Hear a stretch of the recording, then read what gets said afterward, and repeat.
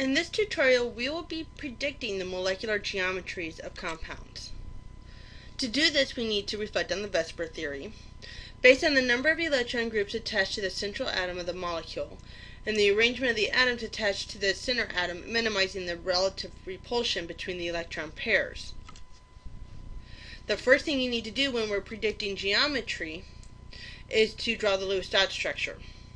And then you want to determine the number of bonding groups, something bonded to another atom, and the number of lone pairs around the central atom. Bonding groups are atoms bonded or attached to the center atom. You're counting the number of atoms bonded. Not the number of bonds between the atoms. So whether it's a double or a triple bond is irrelevant. You want to notice how many atoms themselves. An atom double bonded to the center atom counts as one attachment. After that, you need to determine the electron group, the family. And that's the total number of atoms attached to the center atom and the number of lone pairs surrounding the center atom. For example, if there are 3 atoms bonded or attached to the center atom plus 2 lone pairs, we have 5. So that means it's a trigonal bipyramidal geometry. After you figure that out, then you figure out the shape. The electron geometry dictates the molecular geometry associated with that geometric grouping. So if we take our previous example of the trigonal bipyramidal, it has 3 bonded and 2 lone pairs. Well, the 2 lone pairs takes the place of 2 of the 5 spots on the trigonal bipyramidal, which gives it a T shape. And this is all included in the previous tutorial. So the very first thing you always want to do is figure out the Lewis dot structure. So let's do NH3. If we look on the periodic table, nitrogen is here. It's in the 5th row. And hydrogen is here. That means nitrogen brings 5 valence electrons while hydrogen brings 1, but there's 3 of them. So we multiply that by 3. So 5 plus 3 is 8 valence electrons total. Figure out which is the least electronegative. Hydrogen's never in the center, so we count that one out, and we know that nitrogen's going to be the center. We place the hydrogens around it. That uses up 6 valence electrons, 2 on each line. So we have 2 valence electrons left. Hydrogen can only be a duet. It can't be an octet. So the remainder electrons go on the nitrogen. Alright, now we have our Lewis dot structure. Before we figure out the geometry, you always have to do the Lewis dot structure first. Now that we're looking at the geometry, we can figure out what shape it is. We have 3 bonding pairs and a lone pair. So when we look at our shapes, we have 4 things coming off of it. So that's going to be the tetrahedral geometry. But because we have 1 lone pair, it's going to be trigonal pyramidal.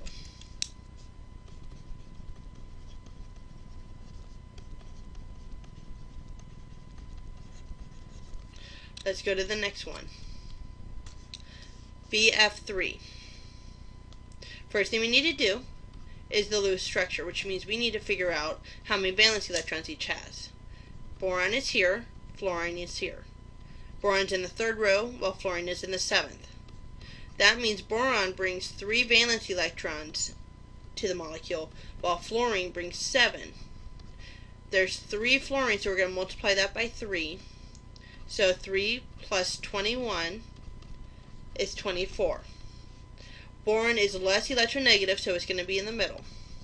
And fluorine's going to be around it. That's supposed to be a B. So 2, 4, 6 electrons are now used. That brings us to 18 electrons left. Fill out the octets in the peripheral atoms. 6, 12, 18. We don't have any more valence electrons left, so that's our structure. So we have 3 things coming off of it. That means we need to go back up to our chart. when we have 3 electron groups, no lone pairs, is trigonal planar. So this shape is trigonal planar.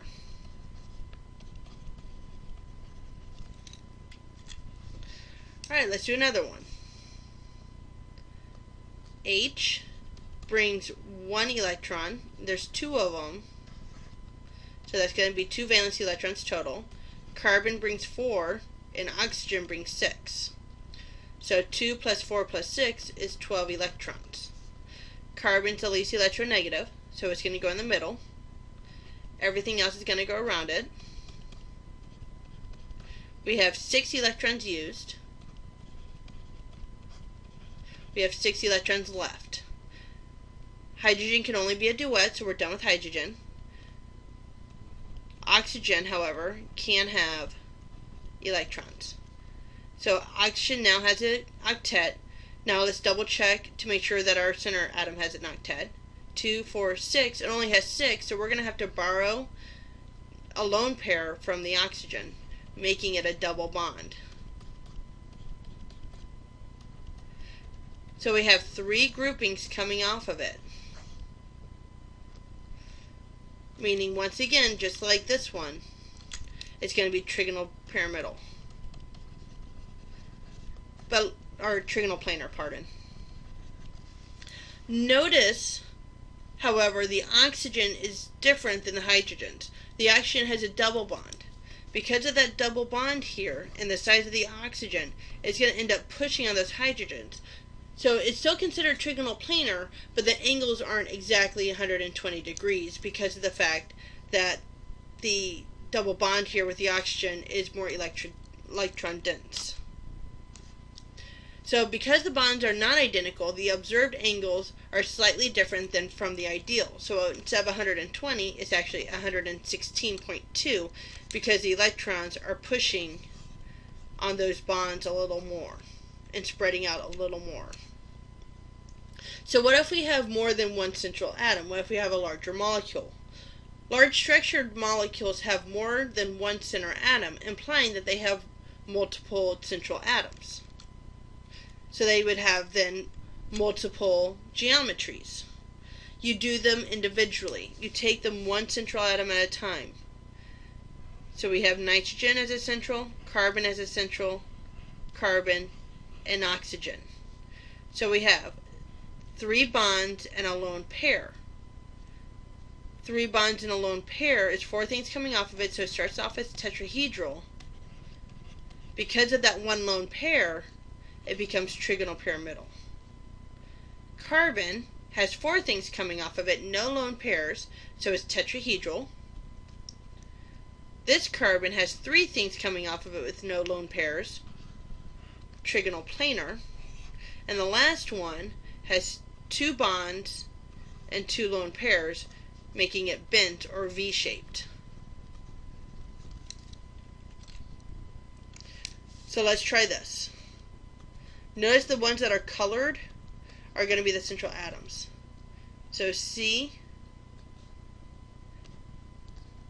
and O are bonded together, and the H's are around it.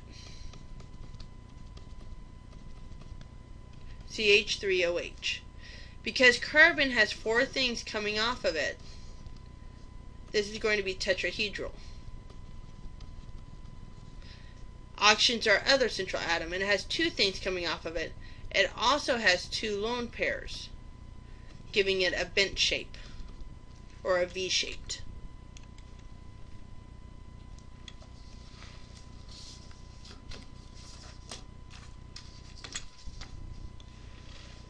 Finally, we're going to discuss how to draw them to make them appear to be 3 dimensions when all we have are a piece of paper. We can't show it in 3 dimensions. So there's a convention that dictates that the central atom is put on the plane of the paper. And to indicate on paper the spatial relationship of the atom or atom groups and or lone pairs of the central atom, the following guidelines and symbols are used. Put as many of the atoms as possible on the same plane and indicate it with a straight line. For atoms in the front of the plane coming out at us, we're going to use a solid line. For atoms that are behind the plane going away from us, we use a hashed line. So for instance, linear is all on the same plane, so I use straight lines. Same with trigonal planar and bent. Remember, bent has lone pairs here that you're not seeing. Tetrahedral, however, have two on the same plane, but notice one's coming out at us and one's going away. Well, the ones going away get a dashed line or a hashed line, and one coming out of us is getting a wedge. Same with trigonal pyramidal. Once we replace that atom with a lone pair, we have trigonal pyramidal. We have one that's in the plane. We still have one coming out and one going in. So that kind of gives you an overview of how to draw them in 3 dimensions when you don't have the capability of creating something in 3 dimensions. And overall, that's how you predict the shape of molecules.